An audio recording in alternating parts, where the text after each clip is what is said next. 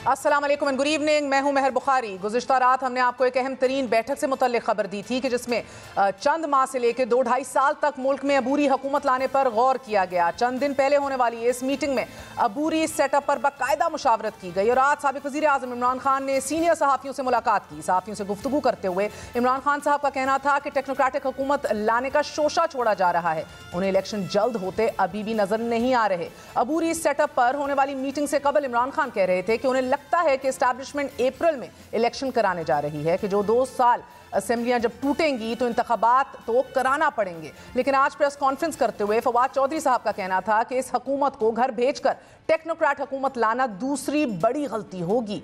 मुल्क के साथ तजर्बे और मजाक बंद किए जाएं। तवील अरसे के लिए टेक्नोक्रेट हुकूमत बनी तो मुजामत करेंगे। एस्टैब्लिशमेंट ने एक गलती की, उस वक्त एक बेहतरीन हुकूमत को जिस तरह से घर भेजा गया और पीडीएम के ये जो जोकर्स हमारे पे मुसल्लत हुए। उसके बाद दूसरी बड़ी गलती ये है कि आप कह रहे हैं कि इस हुकूमत को घर भेज के हम 2.5 साल के लिए टेक्नोक्रेट गवर्नमेंट बना दें। ये तजुर्बे और मजाक बंद होना चाहिए। ये कहना कि अब शहबाज शरीफ और इनकी हुकूमत नहीं चल रही तो हम अमरीका से या कहीं से कोई टेक्नोक्रेट इम्पोर्ट करके यहाँ पे लगा दें, ये अनइलेक्टेड लोगों को सोचना होगा। सियासत की इस नहज पर जब इमरान खान अवामी मकबूलियत में सबसे आगे, बड़ों से ताल्लुकात में सबसे पीछे हैं और रहा मखलूत हुकूमत का मामला तो मुईशत उनके गले का तौक बनती चली जा रही है। ऐसे में अबूरी सेटअप किसको सूट करता है?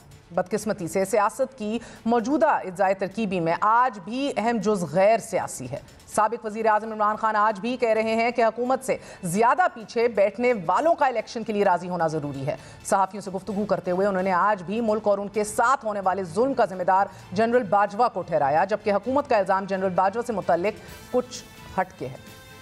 जनरल बाजवा ने एनआरओ दिए, एक ही एनआरओ, और वो एनआरओ तब दिया जब आपके बनी गाला के घर के केस में उन्होंने आपको डिस्क्वालीफाई होने से बचाया। जबकि तहरीक इंसाफ का इल्जाम है कि एस्टैब्लिशमेंट अगर इस हुकूमत के पीछे से हट जाए तो ये हुकूमत गिर जाएगी और इलेक्शन हो जाएंगे।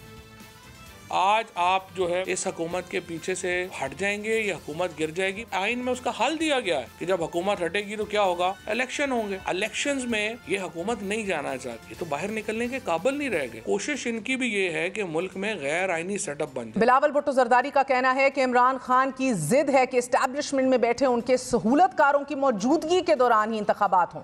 बर वक्त इंतखाबात से इदारों में इमरान के सहूलतकार नहीं रहेंगे।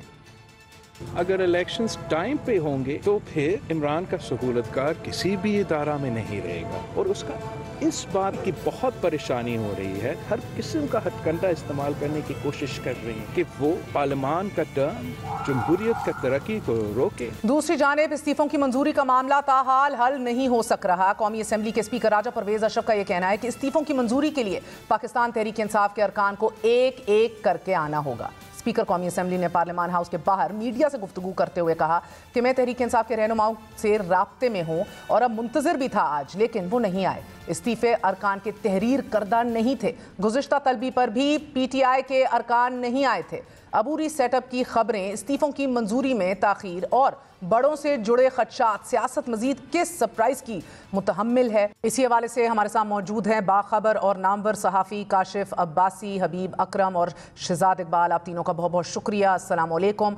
काशिफ, आपसे आगाज़ करूँगी। फरमाई दीजिएगा कि ऐसी सूरत हाल में कि जिधर कबल अज़ वक्त इंतखाबात या बर वक्त इंतखाबात को एंटरटेन नहीं किया जा रहा, लेकिन एक इंटरम सेटअप की बाज़गश जो है वो ज़रूर सुनी जा रही है, इसको किस तरह लिया जाए? कि क्या ये सियासतदानों की नाकामी तस्वुर की जाए या इसके पीछे कुछ और अवामिल है?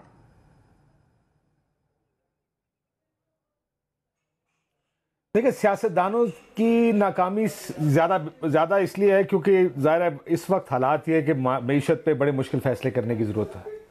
और मुस्लिम लीग नून के अंदर से भी ये कह रहे हैं कि IMF का प्रोग्राम शुरू ना किया गया बर वक्त तो डिफ़ॉल्ट का खदशा, और अगर शुरू करना है तो मुश्किल तरीन फ़ैसले करने हैं, जब चीज़ें महंगी होंगी, टैक्सेस लगाने पड़ेंगे, और इस वजह से ये पॉलिटिकल कैपिटल का नुकसान है। कोई सियासी जमात या हुकूमत आखिरी साल में इलेक्शन से पहले इस तरह के मुश्किल फ़ैसले नहीं कर सकती। लेकिन दूसरी तरफ ये भी एक इतना बड़ा मुश्किल फ़ैसला है केयरटेकर सेटअप को इंडोर्स करना। ये इतना मुश्किल फ़ैसला है कि इसका भी एक लॉन्ग टर्म नुकसान होगा अगर PDM या कोई भी पॉलिटिकल पार्टी इसको इंडोर्स करती है। सो ये catch-22 है दोनों पॉलिटिकल पार्टीज़ के लिए। लेकिन ये गुफ्तगू होना, ये मीटिंग्स होना, इकोनॉमिस्ट को बुलाना, उनको ये उनसे और उनका ये कहना कि ये जो मुश्किल फ़ैसले हैं ये सिर्फ केयर टेकर सेटअप कर सकता है। मेरा ख्याल है ये पॉलिटिशियंस का नुकसान है, क्योंकि लीडरशिप का काम होता है मुश्किल फैसले करने का। अगर आप मुश्किल फैसला नहीं कर सकते, अगर आपको लगता है कि सियासत पहले और सियासी नुकसान हमारा वो पहले कंसिडर करना है, मुल्क का मफाद किस चीज़ में बाद में, तो मेरा ख्याल है इससे ज़्यादा अफसोसनाक बात नहीं हो सकती। तो या नुकसान तो या ये गुफ्तगू होना इटसेल्फ, यही सियासतदानों की, हमारी जमहूरियत की सबसे बड़ी नाकामी है कि कहीं बैठकर ये गुफ्तगू हो रही है क्योंकि सियासतदान ये फैसले नहीं कर सकते, इसलिए फैसला करने के लिए एक निज़ाम बनाया जाए। हबीब, ये गुफ्तगू होना ही बहुत से सवालों का जवाब हमें दे सकता है, क्योंकि हमारे पास हल तो मौजूद है, या तो कबल अज़ वक्त इंतखाबात करवा दिए जाएं या बर वक्त करवा दिया जाए, मगर फिर भी इस डिस्कशन की ज़रूरत महसूस हो रही है।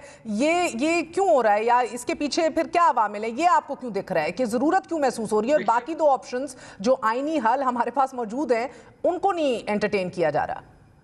देखिए महर, अनफॉर्चुनेटली हमें अब ये बात एडमिट कर लेनी चाहिए कि पाकिस्तान के स्टेट स्ट्रक्चर के अंदर नालायकी जो है वो इतनी सरायत कर चुकी है, इनकॉम्पिटेंस इतनी ज्यादा हो चुकी है कि अब हमें बिल्कुल सामने के हकायक भी नजर नहीं आते। अब मिसाल के तौर पे यही डिस्कशन देख लीजिए कि बाज इकोनॉमिस्टों के मुंह से ये निकल रही है कि टेक्नोक्रेट की गवर्नमेंट। अब टेक्नोक्रेट की गवर्नमेंट्स दुनिया में कौन सी ऐसी जगह है जहां पे टेक्नोक्रेट्स आए और उन्होंने मामलात को हल कर दिया है? ऐसी कोई जगह नहीं है। तो लिहाजा पाकिस्तान को भी वही रिफॉर्म्स चाहिए जो पाकिस्तान के लोग कर रहे हैं, और पाकिस्तान के लोगों को रिफॉर्म्स पे तैयार करना, क्योंकि हमने तो हमेशा अपने लोगों से झूठ बोला है। मिसाल के तौर पे पीडीएम जब आई तो पीडीएम किस दावे पे आई? उन्होंने कहा कि पाकिस्तान की इकोनॉमी को हम संभालेंगे क्योंकि इकोनॉमी जो है on the brink of default आ चुकी है। और उसके बाद से हम देख रहे हैं कि कोई एक दिन ऐसा नहीं है कि जब मईशत की रकाब में इनका पांव हो या उसकी बाग पे इनका हाथ हो। मुसलसल हम देख रहे हैं कि इनके हाथ से एक इकोनॉमी जो है वो स्लिप करती चली जा रही है। और आज भी अल्ले तल्ले देख लीजिए, इस हुकूमत के अल्ले तल्ले जरा मुलाहिजा फरमाइए। आपने पाकिस्तान के अंदर 3 साल पुराने ट्रैक्टर की इंपोर्ट की इजाजत दे दी है। अपनी इंडस्ट्री जो 90% यानी मकामी सामान बना रही है ट्रैक्टरों की हद तक, जिसका एतराफ खुद वजीर आजम ने किया, इसके बावजूद आपने कहा कि नहीं जी पाकिस्तान के अंदर 3 से 5 साल के ट्रैक्टर जो हैं वो इंपोर्ट कर लिए जाएं। एक्चुअली इसका तरीका क्या है? इसका क्या मतलब है? इसका मतलब है कि आप दुनिया के किसी दूसरे मुल्क में बैठे मजदूर को उसकी नौकरी इंश्योर कर रहे हैं, अपनी बेरोजगारों की फौज में मजीद इजाफा कर रहे हैं। इसी तरह हमने जो डॉलर को पैक कर रखा है कि डॉलर इंटरबैंक में 225, 26, 27 रुपए का और आम मार्केट में 250 रुपए का भी डॉलर नहीं मिल रहा, तो इसका मतलब क्या है कि आप किसी भी तरीके से आप सूखा दूध इंपोर्ट कर लें, आप कोई और चीज इस तरह की इंपोर्ट कर लें, 225 रुपए की सरकार आपको सब्सिडाइज करेगी, 30 रुपए सरकार आपको सब्सिडाइज करेगी। यानी मैं सिर्फ किसी तरीके से एक अपनी एलसी खुलवा लूं, पाकिस्तान में ले आऊं, मेरे नकद मुझे 20% का मुनाफा है, नकद। ये मैंने अपनी इंडस्ट्री को प्रमोट करना है या दूसरे की इंडस्ट्री को प्रमोट करना है? इसी तरह पाकिस्तान के अंदर आप देख लीजिए कि जरा सी हुकूमत कोई पॉलिटिकल प्रेशर, जरा सा इस हुकूमत की हालत यह है कि जरा टमाटर महंगा हुआ, अपने काश्तकार को पैसे जाने का मौका मिलने लगा, इंपोर्ट को खोल दो। जरा अदरक के ऊपर थोड़ा सा प्राइस, थोड़ी सी प्राइस उसके ऊपर आया प्राइस का प्रेशर, अदरक इंपोर्ट कर लो। अब आप गंदम, पाकिस्तान के अंदर आपकी मार्केट इतनी इम्परफेक्ट मार्केट है महर, और ये हुकूमत जो जिसका दावा है कि हमने जनाब एक वक्त में चीनी नहीं हमने एक्सपोर्ट होने दी थी और ये नहीं होने दिया था, इसके इनके दावे सुने। और पाकिस्तान के अंदर आप देख लीजिए कि अगली दफा अब जो हमारे अंडरस्टैंडिंग है वो तकरीबन 28 मिलियन टन हमारी गंदम की प्रोडक्शन होगी, और हम 3 मिलियन यानी 3 लाख टन की शॉर्टेज में, और शॉर्टेज नहीं है, मार्केट के अंदर गंदम मौजूद है, लेकिन हमारी इम्परफेक्ट मार्केट्स हैं जिनकी वजह से हमने गंदम जाया भी की और अब उसका पैसा भरेंगे, और अगले साल भी हमारा प्रोग्राम यही है। आज की तारीख है, आज की। डॉलर खाद गंदम स्मगल हो रहा है, ये इंकशाफ तो खुद इसाक डार साहब ने भी किया है शहजाद, मगर ऐसा कोई करिश्मा ये 8 माह में हुकूमत नहीं दिखा सकी। हम 4 लोग यहाँ बैठे हैं, हम चारों में से किसी ने रोकना है? आज की आप जरा सुन लीजिए। ठीक है, इदारों ने रोकना है ना, इदारे अब काम ही नहीं कर रहे ना। देखिए ये भी तो एक मखमसा है अपने तई, इदारे काम नहीं कर रहे, फाल नहीं है, मगर फिर भी इमरान खान साहब की तजवीज़ है कि मनी लॉन्ड्रिंग से लेके करप्शन ISI रोक ले या उसके ऊपर हाथ डाले।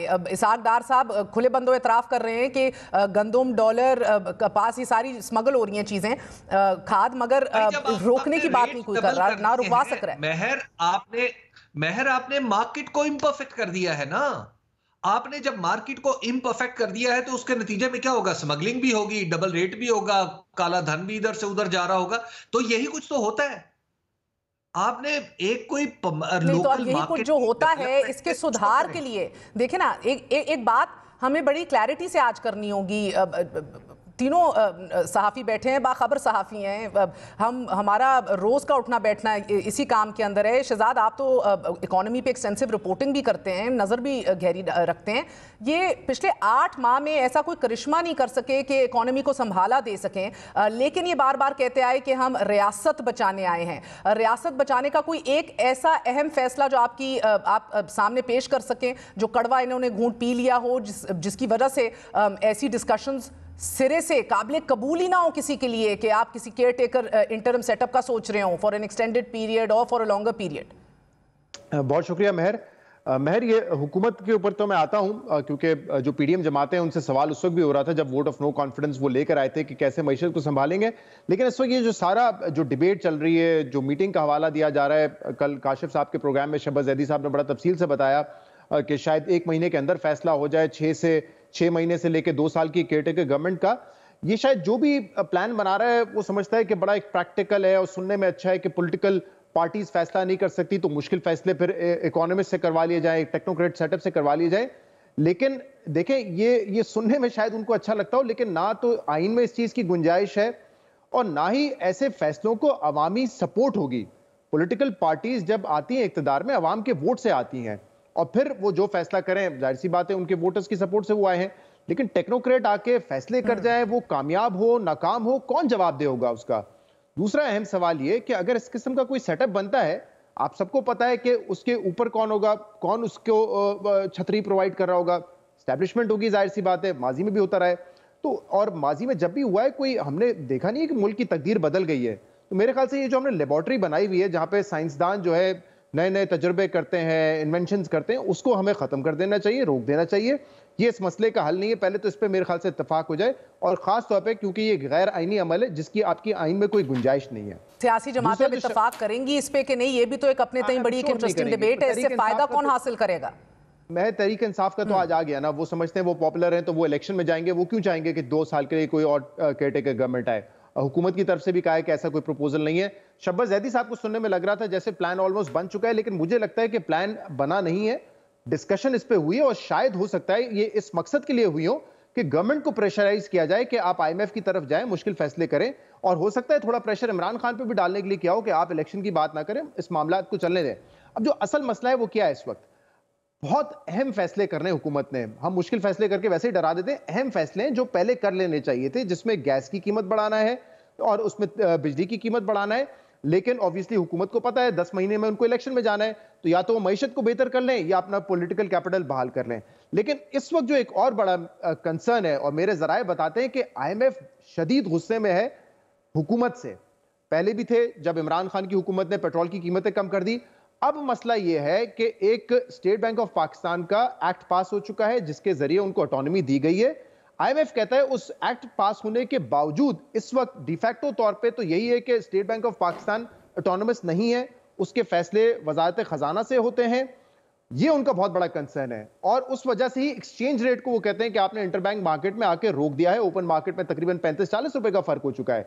तो वो ये कह रहे हैं कि ये कैसे हो सकता है कि एक बिल आपने पास किया हो और उसके बाद भी आपने ऑटोनॉमी नहीं, उसको तो रिवर्स करना था ना। ख्वाजा आसिफ और मिफ्ता इस्माइल साहब ने दावा किया था। एक hold your thought Shahzad, hold your thought, एक छोटा सा वक्फा ले लें, वक्फे के बाद हाजिर होंगे। और ये जो खबरें गर्दिश में हैं, कितनी इसके अंदर से कितना पॉलिटिकल कैपिटल और गेन PDM की जमातों को भी हो सकता है, ये इसको एक्सप्लोर करना बड़ा जरूरी है। Stay with us.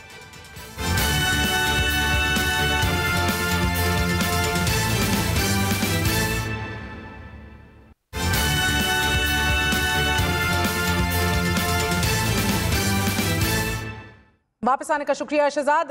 आप कह रहे थे कि आईएमएफ का एक तो दबाव अपनी जगह, मगर शायद ये हुकूमत पे दबाव डालने की भी कोशिश हो सकती है कि बहाल करवाइए फौरी तौर पे जो तातुल पड़ा हुआ है ताल्लुकात के हवाले से भी।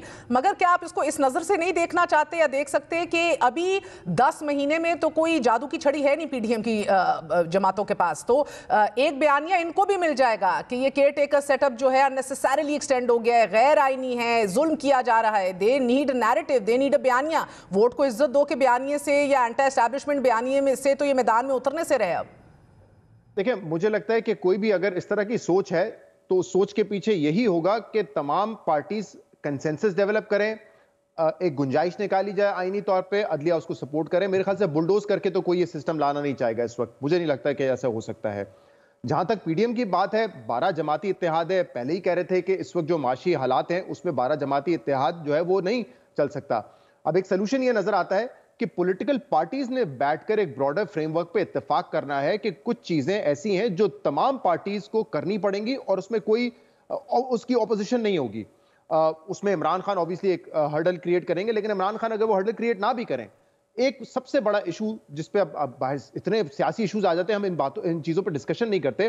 पाकिस्तान में जो पब्लिक सेक्टर एंटरप्राइजेज हैं, जिसमें चाहे वो पावर कंपनीज हो, चाहे और दीगर पीआईए हो, स्टील मिल हो, मतलब इनके नुकसानात मिला के 400-500 अरब उससे तजावुज कर गए। लेकिन क्या पीडीएम जमातें इस बात पे कंसेंसस कर सकती हैं कि इसको प्राइवेटाइज कर दिया जाए और स्टेट जो है वो बिजनेस करने के बिजनेस नहीं करेगा, जैसे बरतानिया में फैसला हो गया था थैचर के जमाने में? ये कर सकते हैं? नहीं कर सकते। पीपल्स पार्टी सबसे बड़ी रुकावट इसमें खड़ी कर देगी कि ये नहीं हो सकता। तो जब तक आप इस तरह के इश्यूज पर अग्री नहीं करेंगे, मुल्क आगे नहीं बढ़ सकता। ये जो पाए था, इसको हमने इतना छोटा कर दिया है कि अब किसी के हिस्से में कुछ नहीं आने वाला, और ये पाए भी चंद अरसे में गायब हो जाएगा अगर आईएमएफ ने अपना जो है किस्त नहीं जारी की। तो हम सोच लें कि क्या पॉलिटिकल पार्टीज ने इत्तेफाक करना है एक ब्रॉडर फ्रेमवर्क पर। अगर नहीं करेंगे तो मेरे ख्याल से आईएमएफ के बगैर शायद आईएमएफ इस दफा केस दे दे, अगले रिव्यू में फिर फंस जाएंगे। दोस्त ममालिक ने पैसे देना बंद कर दिए, वो कह रहे हैं इन्वेस्टमेंट लाओ। और ये हाल है हमारा कि शायद हम कुछ इतनी कैपेसिटी और कॉम्पिटेंसी नहीं रही है हमारी स्टेट ऑर्गेनाइजेशंस में, स्टेट इंस्टीट्यूशंस में, कि हम कोई चीज बेच सकें, प्राइवेटाइज कर सकें, या किसी चीज को हम कोई इन्वेस्टमेंट अट्रैक्ट कर सकें। ये तो कैपेसिटी रही नहीं है हमारी, सिर्फ एक कैपेसिटी रही थी। उस पर भी अब शक होने लगा है कि हम पैसे बड़े अच्छे तरीके से मांगते हैं और दोस्त ममालिक हमेशा मदद कर देते हैं। मगर काशिफ, अब इस सारी सूरत हाल में जिस लार्जर कॉन्टेक्स्ट और बैठक का जिक्र शहजाद कर रहे हैं, ये तो होता नहीं दिख रहा अनफॉर्चुनेटली। अभी भी सुई एक ही जगह अटकी हुई है। इमरान खान साहब की, बाजवा साहब और उनके मुबैना मुजालिम और जुल्म जो उन्होंने धारे हैं इमरान खान और मुल्क के खिलाफ, और पीडीएम की हुकूमतें का यही अभी कि इमरान खान साहब क्यों चाहते हैं अली इलेक्शन। बिलावल साहब ने आज कहा कि जो इदारे में सहूलतकार मौजूद हैं वो उनके ख़त्म हो जाएंगे अगर बर वक्त इलेक्शन हो गए, और इसी बात का डर है इमरान खान साहब को। क्या आज भी इदारे में इमरान खान साहब के सिंपैथाइजर्स या सहूलतकार मौजूद हैं? वो एक इदारे की बात नहीं कर रहे, जरा अपना इदारा चेंज कर लें। और वो मेरा ख्याल है उस तरफ इशारा था उनका, वो उसमें भी तब्दीली आनी है आने वाले चंद महीने में। तो मेरा ख्याल है वो उनका इदारा अब इस्टेब्लिशमेंट की तरफ इशारा नहीं है, अदलिया की तरफ इशारा कर रहे थे बिलावल साहब कि उधर उनके सहूलतकार बैठे। लेकिन मैं देखे ये जो मुज़ाकरात करके साथ, जी अदलिया की बात कर रहे हैं वो, और इसी वजह से उन्होंने कहा कि जब अगले इलेक्शंस होंगे तो आपको पता है एक तब्दीली आनी है वहाँ पे भी। So that's what he was hinting at. दूसरा ये जो आप कह रहे हैं ना कि सारों को इकट्ठा बैठना चाहिए, देखिए इट्स ए डेमोक्रेसी, जिसकी हुकूमत है फैसला उसने करना है।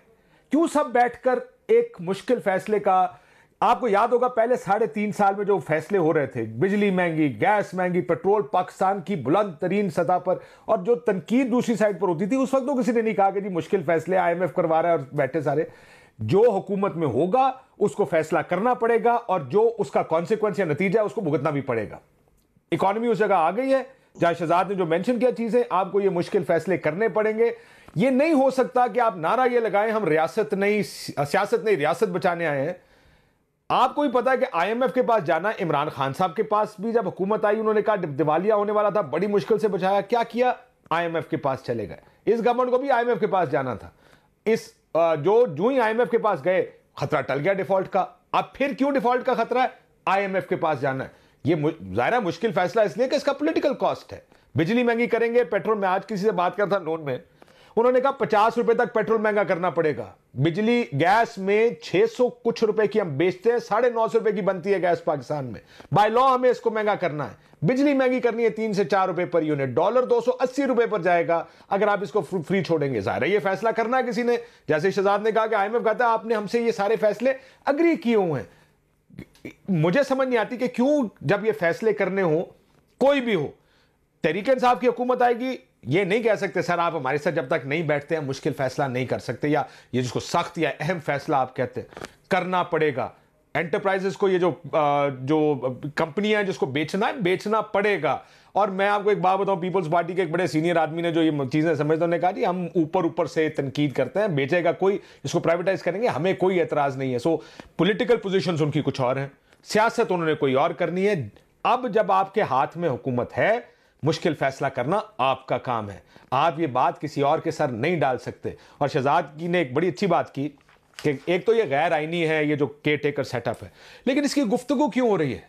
क्योंकि ये फैसले नहीं हो रहे, क्योंकि डेमोक्रेसी फैसले करने से या तो भाग रही है या वो अपनी पॉलिटिकल कॉस्ट देख रही है, और वो कहते हैं जी हम नहीं करेंगे और मुल्क डिफॉल्ट हो जाएगा। तो दूसरी साइड कहती है भाई वो प्रेशर तो डालेंगे, लेकिन प्रेशर इस बात का सबसे ज्यादा हुकूमत खुद अपने ऊपर डाल रही है, इनएक्शन का, फैसला ना करने का। फैसला करने का काम तो आपका है। डार साहब ने आके बढ़ के मारी थी शुरू में, और मैं जानता हूं IMF को, मैं बड़े अरसे से IMF से डील करते आया हूं। अब आगे उनको पता चला कि IMF बदल गई है, इस मुल्क के हालात बदल गए हैं। उन्होंने पिछले 3.5-4 साल में ऐसे ही डील किया है। उन्होंने कहा काम करें, हमसे पैसे ले लें, काम नहीं करेंगे फिर वैसे ही होगा जैसे आज हो रहा है। I think politicians need to gear up. सियासत और हुकूमत आसान काम नहीं होता। मजे की बात बताऊं काशिफ, मेरी कुछ बड़े ओहदेदारों और चाहिए किसी को बाखबर लोगों से बात हो रही थी। ये भी एक खबर जो है वो आई है कि नवाज शरीफ साहब की भी वापसी जो है उसके ऊपर होल्ड लगा दिया गया है। उनको कहा गया है कि आप अभी वापस नहीं आएंगे। उसकी ये भी रीज़न वजह दी गई है कि नहीं हो सकता कि इमरान खान साहब के ऊपर ना केसेस, और अगर उनको पाबंद सलासिल किया जाए और आप खुला फिर रहे हो इधर और इलेक्शनियरिंग कर रहे हो, अगर ऐसा है और अगर उनको रोक दिया जाए आने में, तो जो लेवल प्लेइंग फील्ड का जिक्र और तस्करा और डिमांड मुस्लिम लीग नून कर रही थी, उनको ये पैगाम भेजा गया है कि मरियम साहिबा इलेक्शन के अंदर उतरेंगी और मरियम साहिबा कैंपेनिंग करेंगी और लीड करेंगी, मियां साहब अभी नहीं आएंगे वापस। इसको आप किस नज़र में देख रहे हैं या किस तरह रिसीव किया जाएगा? And whose favour will this go to? देखिए, एक तो यह है कि शायद किसी ने कहा है उनको कि वापस ना आए बिकॉज दे लुक बैड, लेकिन जो मेरी ये आप कह रही हैं। दूसरा, इसको इस एंगल से देखेंगे, मुस्लिम लीग नून ने ये फैसला किया है कि जब तक इलेक्शंस नहीं होते या इलेक्शंस नजर नहीं आता होता हुआ, जैसे अगर अक्टूबर में इलेक्शन होना है तो मियां साहब एक ऐसे वक्त में वापस आए जब जो आएंगे और जो हल्ला गुल्ला मियां साहब की वापसी के साथ होगा, उसी मोमेंटम को लेकर मुस्लिम लीग नून इलेक्शंस में चली जाए। सो इस वजह से ये जो रोका जा रहा है मियां साहब को, शायद वो दूसरा एंगल भी हो। मैं तो समझता हूं सब गैर सियासी है इसलिए ये दूसरा एंगल कम नजर आता है, लेकिन ये मुस्लिम लीग नून का इंटरनल फैसला है कि मियां साहब उस वक्त वापस आए जिस वक्त इलेक्शंस नजर आ रहे हैं और मियां साहब की वापसी का मोमेंटम वो इलेक्शंस में ले जाएं। और एक एंगल ये भी है कि शायद मरियम नवाज शरीफ साहिबा भी उसी वक्त वापस आए, शायद वो भी जल्द अब पाकिस्तान शायद ना आए। ये बहस चल रही है कि क्या मरियम साहिबा को वापस आना चाहिए, वो भी इलेक्शन से पहले आएंगी, यही खबर आ रही है। बहुत सी चीजों पे उनको कमेंट करना पड़ेगा। उनका जो पॉलिटिकल कैपिटल इरोड हुआ क्योंकि गुजरांवाला गई, किसी ने सवाल पूछा जी वो मियां साहब यहां पर जर्नैलों के नाम ले रहे थे, आपका क्या ख्याल है? आगे से अब नो कमेंट जैसा, या जब वो इनको एस्टैब्लिशमेंट को डिफेंड करना पड़ता है आके अपनी तकरीरों में, तो मरियम नवाज का जो कैपिटल बना था वो सारा भी इरोड होता है। इस वजह से ये फैसला अब तक ये कम से कम है मामला मुस्लिम लीग नून के अंदर कि इलेक्शन से फौरी पहले मियां साहब और मरियम नवाज वापस आए। अब कल ये बदल जाए तो नहीं, बट आज की हद तक कम से कम यही फैसला। और अभी अगर इलेक्शन से फौरी बाद जिस तरह काशिफ कह रहे हैं, या जिस तरह बहरहाल मुझे तो यही बताया गया अभी तक तब्दील हो जाए शायद फैसला कि नहीं मुतहमिल उनको वापस लाने का, या जो उसका बैगेज फॉलो अप होगा और तनकीद शुरू होगी, या अगर आपने खान साहब को पाबंदी से हासिल किया हो या उनके पे केसेस किए हों, तो दूसरी तरफ नवाज शरीफ साहब खुले फिर रहे हों और ये सब कुछ कर रहे हो, तो वो किस तरह रिजल्ट करेगा? नतीजतन आपको लगता है कि इसका एक ब्लो बैक मिलेगा मुस्लिम लीग नून को? देखिए, जो मियां नवाज शरीफ साहब हैं या मरियम साहिबा हैं, वो इलेक्शन हारने के लिए नहीं आएंगे। वो जब भी पाकिस्तान में आएंगे इलेक्शन जीतने के लिए आएंगे। आप इसको यूं समझ लीजिए कि जब तक वो इमरान खान की हुकूमत के दौरान सारे ज़िमनी इंतखाबात PMLN जीत रही थी, तो उस वक्त उनका जोशो वलवला क्या था। लेकिन बाद में जैसे ही हालात बदलना शुरू हुए, वोट की इज्जत जो है वो थोड़ी बालाए ताक रख दी गई, तो उसके बाद क्या हुआ, पंजाब के अंदर पंजाब का मार्का था, 20 सीटों पे इलेक्शन होना था और मरियम नवाज साहिबा बाहर तशरीफ ले गई थी, क्योंकि उन्हें बिल्कुल साफ नजर आ रहा था कि ये जो हारा हुआ इलेक्शन है, इसमें अगर उन्होंने अपने आप को ज्यादा एक्सपोज किया तो ये शिकस्त जो है उनके खाते में चली जाएगी। तो लिहाजा नवाज शरीफ साहब हों या मरियम नवाज साहिबा, वो एक हारे हुए इलेक्शन में अपनी कैंपेन लीड करने नहीं आएंगे। और इस वक्त तक की जो फिजा बनी हुई है, जो पब्लिक में फिजा बनी हुई है, जिसके कुछ आसार भी नजर आते हैं कि एक तरफ से आपको PTI की तरफ से बार बार तकाजा नजर आता है कि इलेक्शन, और PMLN और उसकी इत्तेहादी जमातें या PDM जो है वो इलेक्शन से भागती हुई नजर आती हैं। तो ऐसी सूरत में जब एक तरफ से एग्रेशन हो और दूसरी तरफ इलेक्शन से इज्तनाब हो, तो मुझे नहीं लगता कि पॉलिटिकली भी इमरान खान साहब का, माफ कीजिएगा, नवाज शरीफ साहब का या मरियम नवाज साहिबा का आना बनता है। तो आई एग्री विद काशिफ के इस वक्त उनके आने का कोई मामूली सा डैमेज कंट्रोल कर सके तो कर सके, लेकिन इस वक्त उनका आना कोई मानी नहीं रखता, और वो इलेक्शन में भी उस वक्त आएंगे जब उन्हें यकीन होगा कि वो इलेक्शन जीत रहे हैं। ठीक है, मगर इस गैर यकीनी की सूरत हाल में क्या शहजाद अपने लिए कोई गुंजाइश या एक ऑप्शन असेंबलियों में वापस जाने की कहीं ना कहीं एंटरटेन हो रही है? क्योंकि आज भी आमिर डोगर से राब्ते के बाद राजा परवेज अशरफ साहब ने कहा कि एक टाइम दिया हुआ था और वो सारे नहीं आए, और मैं अपना हल्का छोड़ के आया हूँ असेंबली। जी अच्छा, इसमें नवाज शरीफ साहब पे एक कमेंट, एक तो काशिफ साहब ने बिल्कुल ठीक कहा कि peeking at the right time वाली स्ट्रेटजी होगी। दूसरा, कुछ अच्छी खबर आए मुल्क में, कोई माशी मामलात बेहतर हो, लोगों के हालात बेहतर हो, तो वो मेरे ख्याल से एक टाइम हो सकता है। लेकिन अभी मुस्तफा नवाज खोखर साहब ने कहा था ना कि ये हुकूमत जो है वो हाइब्रिड 2.0 है, तो हाइब्रिड 2.0 अगर वाकई है तो Shehbaz Sharif is more suitable candidate, I think more acceptable. तो इन मामलात में मेरे ख्याल से, इन हालात में नवाज शरीफ साहब का वापस आना फिर शायद सूट भी नहीं करता हो, अगर इसी तरह का हाइब्रिड निज़ाम चलाना है। दूसरा ये, मुझे तो PTI के लोग कह रहे हैं कि यार हम जाएंगे, इस्तीफे देंगे, लेकिन ऐसा भी ना हो कि इस्तीफे कबूल कर लिए जाएं। ना PTI इस्तीफे देना चाहती है, ना हुकूमत जो है वो एक्सेप्ट करना चाहती है। इस्तीफे लेने वाले इस्तीफा लेना चाहते हैं। हाँ, लेकिन हुकूमत वाकई ये समझती है कि ये भड़के मार रहे हैं, तो फिर आप इस्तीफे कबूल कर लें, बाय इलेक्शन करवा लें। वो भी सूट नहीं करता इस वक्त हुकूमत को, क्योंकि देखिए तहरीक इंसाफ को एक चीज सूट करती है ना, पॉलिटिकल अनसर्टेनिटी। अभी भी वो खुश हैं, वो कह रहे हैं ठीक है, पंजाब में अगर असेंबली तहलील नहीं होती और नहीं होती तो ना हो, हमने तो चले 2 महीने का तमाशा लगा लिया। क्योंकि तहरीक इंसाफ की तो कोशिश होगी पॉलिटिकल इंस्टेबिलिटी रहे, जितनी देर रहेगी हुकूमत की गवर्नेंस उतनी कमजोर होती रहेगी, हुकूमत काम नहीं कर पाएगी, हुकूमत सियासी मामलात में उलझती रहेगी। तो उनको तो ये सूट करता है जितना पॉलिटिकल क्योस होगा। लेकिन देखें, एक कैलकुलेशन जो इमरान खान साहब की, वैसे तो बात ठीक है कि इलेक्शन करवाएंगे तो जो भी हुकूमत आएगी 5 साल का मैंडेट होगा, वो बेहतर फैसले कर सकेगी। लेकिन इमरान खान साहब ये नहीं समझ रहे कि अगर उनको लगता है कि उनकी पार्टी आ सकती है और मकबूल है, और वाकई मकबूल है, तो दूसरे भी ये सोच रहे हैं कि वो मकबूल हैं और वो हुकूमत में आ सकते हैं। तो क्या वो चाहते हैं कि वो हुकूमत में आए? क्योंकि उनकी नजर में अब जो सेंस मिल रही है वो इसी तरह है कि Imran Khan is part of the problem, not part of the solution. कुछ लोग इमरान खान को डिस्ट्रक्टिव समझते हैं, कुछ उनको समझते हैं कि वो अनस्टेबल है, हमेशा सड़कों पर रहने की बात करते हैं। तो इसीलिए उनका भी वो फेथ या वो रोमांस नहीं है अब कि अगर ये आएंगे तो मुल्क के हालात बहुत बदल जाएंगे या बहुत इसीलिए तो we have just gone a complete circle right now, because जो मैंने शुरू में ही पूछा कि क्यों नहीं कबल वक्त इंतखाबात या फिर बर वक्त इंतखाबात कोई एंटरटेन कर लिया जाता है एज एन ऑप्शन, और बिठा लिया जाए, बात कर ली जाए, because the romance with Imran Khan has finished. And I think Kashif इस एक रोमांस के खात्मे की वजह से जो अब इकदामात उठाए जाएंगे, वीडियोस, ऑडियोज, केसेस, जेल बंदी, जो ऑप्शंस ऑन द टेबल हैं अभी, इससे तो हालात जो हैं वो मजीद जो हैं ख़राब तर होते चले जाएंगे। क्या मुल्क इसका मुतहम्मिल है, या you think better sense will prevail? बहुत से लोगों का ये ख्याल था कि with the change of command बेहतरी एकदम देखने को मिलेगी। लेकिन तहरीके इंसाफ को तो बेहतरी नजर आ रही है। सो एक चीज आप कैसे आ रही है, मैं तो समझने से कासिर वाली है। हम सारों को ये सेंस मिला, आई डोंट नो जी, ये इसका जवाब वो बेहतर खुद दे सकते हैं। मुझे ये भी लगता है कि जो ऑडियोज वीडियोस हैं, ये इमरान खान साहब जब इस्टेब्लिशमेंट पर तनकीद और बाजवा साहब का नाम लेंगे या दूसरे काम इस तरह के करेंगे, ये इस तरह के वाकयात आपको नजर आएंगे।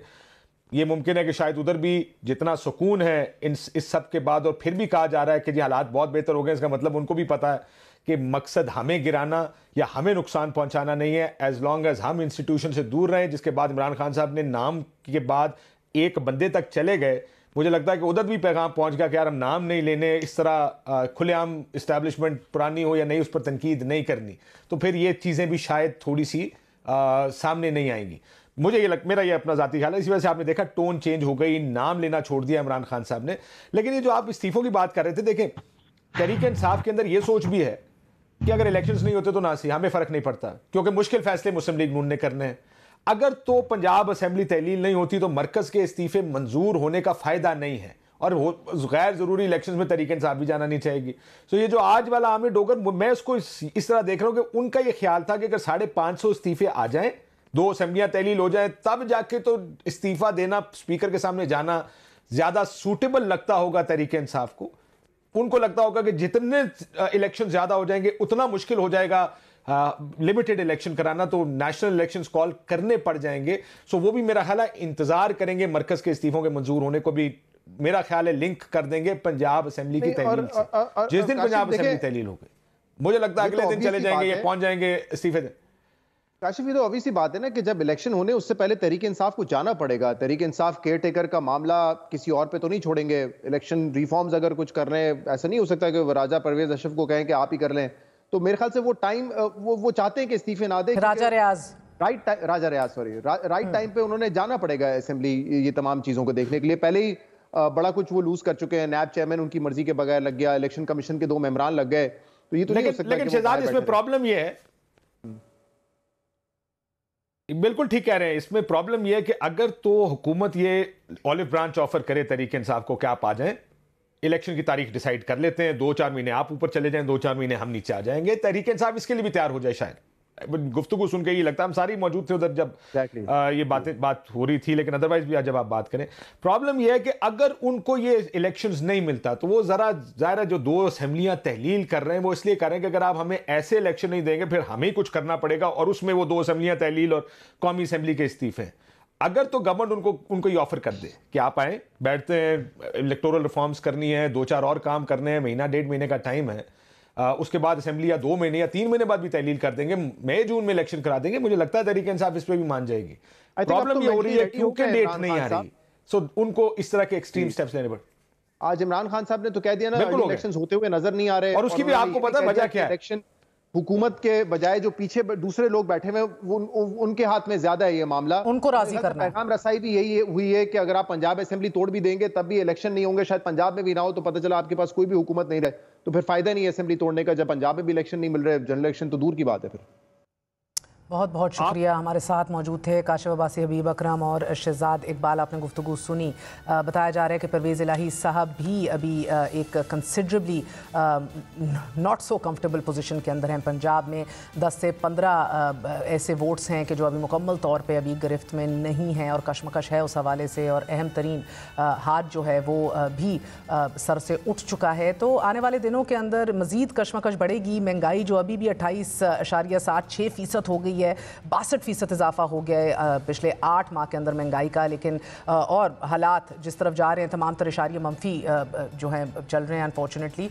मुईशत और इसके हालात हमारे सामने, और केयर टेकर सेटअप की बाज़गश्त। लेकिन इसहाक डार साहब बड़े यकीन से दावा कर रहे हैं। क्या दावा कर रहे हैं, वक्फे के बाद।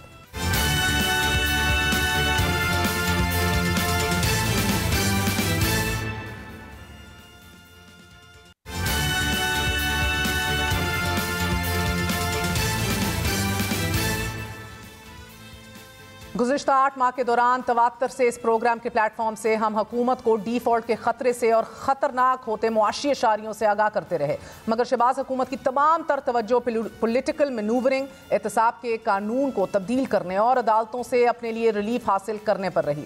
और जब भी हुकूमत के सामने आइंदा मुआशी मुश्किलात और दिवालिया होने का खदशा जाहिर किया जाता तो उनकी जानिब से एक जवाब होता कि हम मुश्किल फैसले ले रहे हैं, मुल्क डिफ़ॉल्ट नहीं करेगा।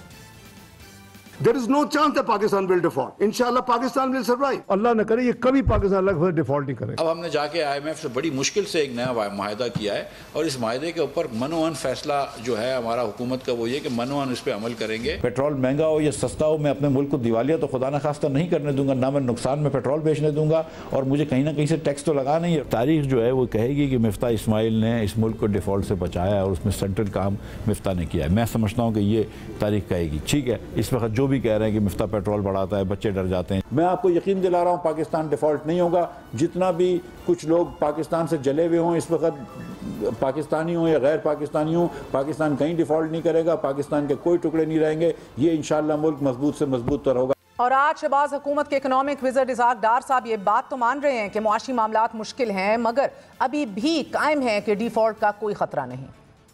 हम रोज सुनते हैं जी डिफॉल्ट होगा, अजी डिफॉल्ट होगा। ओ भाई कैसे डिफॉल्ट होगा? There is no chance that Pakistan will default. इंशाल्लाह Pakistan will survive. We are managing. हाँ, टाइट पोजीशन जरूर है, पाकिस्तान इंशाल्लाह डिफॉल्ट नहीं करेगा। I can take anybody into any discussion कि मैं आपको साबित कर सकता हूं इंशाल्लाह पाकिस्तान डिफॉल्ट नहीं करेगा। पाकिस्तान को इस इंशाल्लाह भंवर से निकालना है। ये भंवर में आ चुका है। We have serious issues. Dar साहब की यकीन दहानी खुशाइंद, मगर हुकूमत को खतरे से आगाह करने वालों को सूडो इंटेलेक्चुअल्स और मुफाद परस्तों का प्रोपेगेंडा कहने से मुआशी मसाइल रियलिटी हल नहीं होगी। नाज़रीन, क्योंकि जिस वक्त डार साहब ये बावर करवा रहे थे, एन उस वक्त पाकिस्तान स्टॉक एक्सचेंज में मंदी चल रही थी और डॉलर की कदर में इजाफा हो रहा था। जहां IMF किस्त की अदम वसूली और सियासी बेयकीनी मुईशत पर घाव लगा रही है, वहीं बदकिस्मती से पाकिस्तान इस वक्त डिफॉल्ट के तमाम इशारियों पर पूरा उतर चुका है। जारी खातों के खसारे में वक्ती कमी तो आई है, मगर जैसे ही हुकूमत दरामदाद की इजाजत देगी, करंट अकाउंट खसारा एक बार फिर बढ़ जाएगा। जबकि ज़र मुबादला ज़खायर में तेजी से कमी हो रही है और स्टेट बैंक ऑफ पाकिस्तान के रिजर्व्स 6 अरब डॉलर की हद तक पहुंच चुके हैं कि जो हमारे नहीं बल्कि दोस्त ममालिक के सेफ डिपॉजिट्स हैं। तीसरा इशारिया बैनुल-अक़वामी मार्केट में बॉन्ड्स का ज़्यादा शरह सूद पर इजरा, कि जिसकी वजह से बैनुल-अक़वामी क्रेडिट रेटिंग कम हो रही है और जैसे ही क्रेडिट रेटिंग कम हुई, मुल्क को बाहर से डॉलर मिलना कम हो गए। ये तमाम इशारिये ख़तरनाक सूरत हाल की निशानदेही कर रहे हैं। डार साहब, आप शायद दुरुस्त फरमा रहे हो, इंशाअल्लाह ताला डिफ़ॉल्ट का ख़तरा नहीं, मगर इस वक्त मुल्क को ना दोस्त ममालिक से फंडिंग मिल रही है और ना ही IMF किस्त जारी कर रहा है। इस सारी सूरत हाल में पाकिस्तान बैरूनी अदायगियों में तवाज़ुन कैसे पैदा करेगा? साथ ही अगर हालात इतने ही अच्छे हैं तो आपको स्टॉक एक्सचेंज के बड़े खिलाड़ियों को यकीन दहानी रीअश्योरेंसेस की ज़रूरत क्यों पेश आ रही है? जहां पाकिस्तान को बैरूनी फंडिंग की कमी का सामना है, वहीं मुल्क से डॉलर की अफगानिस्तान में स्मगलिंग को भी नहीं रोका जा सक रहा और ये बहरान मुल्क में डॉलर की कदर में इजाफे का बायस बन रहा है। सिर्फ रवां साल के दौरान डॉलर की कदर में तकरीबन 30% इजाफा देखा गया और इस वक्त अमरीकी डॉलर इंटरबैंक में 226 रुपए पर ट्रेड हो रहा है, जबकि ओपन मार्केट में डॉलर मिल ही नहीं रहा और अगर किसी को मिल जाए तो इसकी कीमत 240 से 245 पर फरोख्त हो रही है। नाज़रीन, करेंसी बहरान रुपए की कदर को जन्म देगा और इसका असर अवाम की आमदन और बचत पर बराह रास्त होगा, यानी कि अशिया महंगी मिलेंगी, लोगों की बचत दिन ब दिन कम होती चली जाएगी। महंगाई ने गुज़िश्ता 8 माह में लोगों का क्या हाल किया है, यह हम आपको गुज़िश्ता रोज़ तफसील से बता चुके। पाकिस्तान को फैसला करना है कि आया पाकिस्तान को अल्लाह ना करे श्रीलंका की तरह डिफ़ॉल्ट करना है या फिर 1997 मलेशिया और इंडोनेशिया की तरह मुश्किल फैसले लेकर मुल्क को डिफ़ॉल्ट से बचाना है।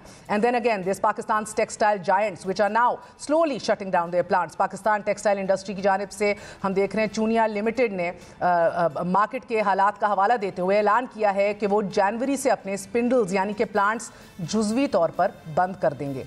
ये पेशरफ्त ऐसे वक्त में सामने आ रही है कि जब वज़ीर ख़जाना समेत पूरी रियासत ये बावर करवा रही है कि मुल्क डिफ़ॉल्ट नहीं कर रहा है एंड ऑल इज़ वेल।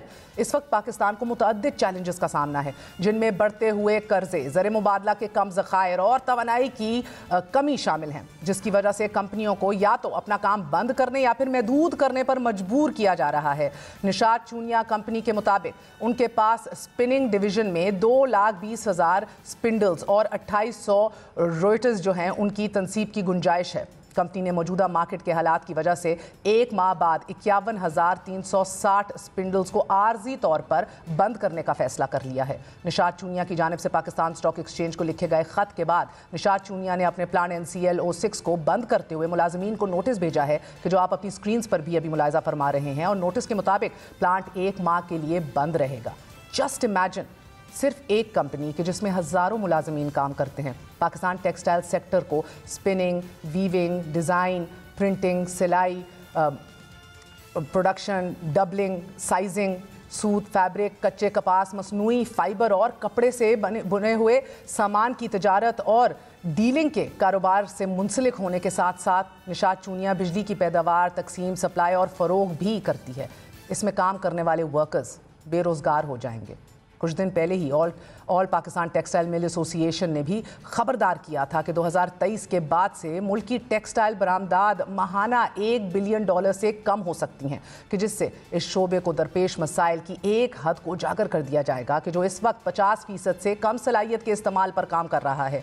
नाज़रीन, इस माह के शुरू में ही कोहिनूर स्पिनिंग मिल्स लिमिटेड के जो धागे, कपड़े और सिले हुए कपड़े की सनतकार और साथ ही बरामद कुनंदा है, उसने भी अपनी पैदावारी सहूलत को आर्जी तौर पर बंद करने का फैसला किया और बंदिश की मुद्दत के बारे में कोई टाइमलाइन देने से भी गुरेज किया। हमारा काम पैनिक फैलाना नहीं, लेकिन मुतनब्बे करना, अलार्म बेल्स और रेड फ्लैग्स उठाना ज़रूर है, चाहे कोई सूडो इंटेलेक्चुअलिज्म इसे कहे या फिर मुल्क का खैर ख्वाह।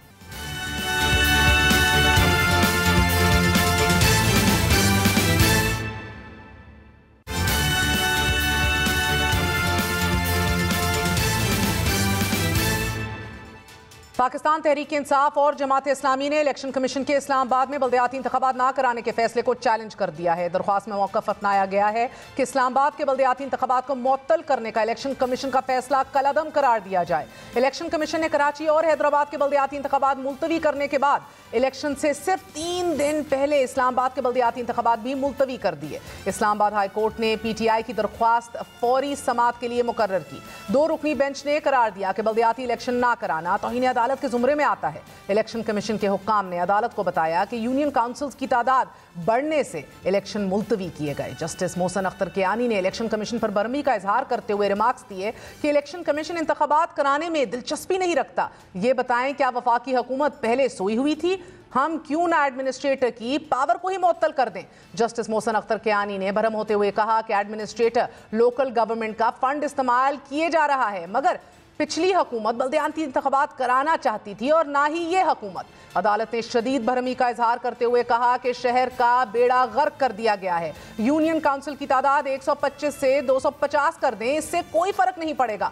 सुप्रीम कोर्ट में हल्फनामा दिया गया था, मगर इसके बावजूद इलेक्शन नहीं कराया जा रहा। ये तो तौहीन अदालत के जुमरे में आता है। इस्लामाबाद में ये तीसरी बार है कि जब बल्दियाती इंतखाबात मुलतवी हुए हैं। इसी तरह कराची और हैदराबाद में 7 बार बल्दियाती इंतखाबात मुलतवी हुए हैं। नाज़रीन, सिंध में दूसरे मरहले के बल्दियाती इंतखाबात एक बार फिर मुलतवी होने के खदशात बढ़ रहे हैं। वोटिंग डे यानी कि 15 जनवरी के करीब आते ही पाकिस्तान पीपल्स पार्टी की सिंध हुकूमत और उनके इत्तेहादी MQM ने इलेक्शन कमीशन के साथ खत खताबत शुरू कर दी है। तर्जुमान सिंध हुकूमत मुर्तज़ा वहाब के मुताबिक MQM कराची में 74 नई UCs की हदबंदी का मुतालबा कर रही है और इस हवाले से सिंध हुकूमत को तहरीरी तौर पर आगाह भी कर चुकी है। यहाँ सवाल ये पैदा होता है कि 2022 में बल्दियाती हदबंदी करते हुए सिंध हुकूमत ने कराची की सियासी स्टेक होल्डर से मुशावरत करना क्यों ज़रूरी नहीं समझा? आज क्यों सुप्रीम कोर्ट के अहकामात के मुताबिक नई हदबंदी की ज़रूरत को महसूस किया जा रहा है? और जिस UCs में इजाफे का खेल इस्लामाबाद में खेल कर बल्दियाती इंतखाबात मुलतवी करा दिए गए, वही खेल अब सिंध में भी शुरू हो चुका है। सवाल यह है कि हुकूमत बल्दियाती इंतखाबात से क्यों करनी कतरा रही है? No rocket science. But that's it for tonight. Good night. Allah Hafiz.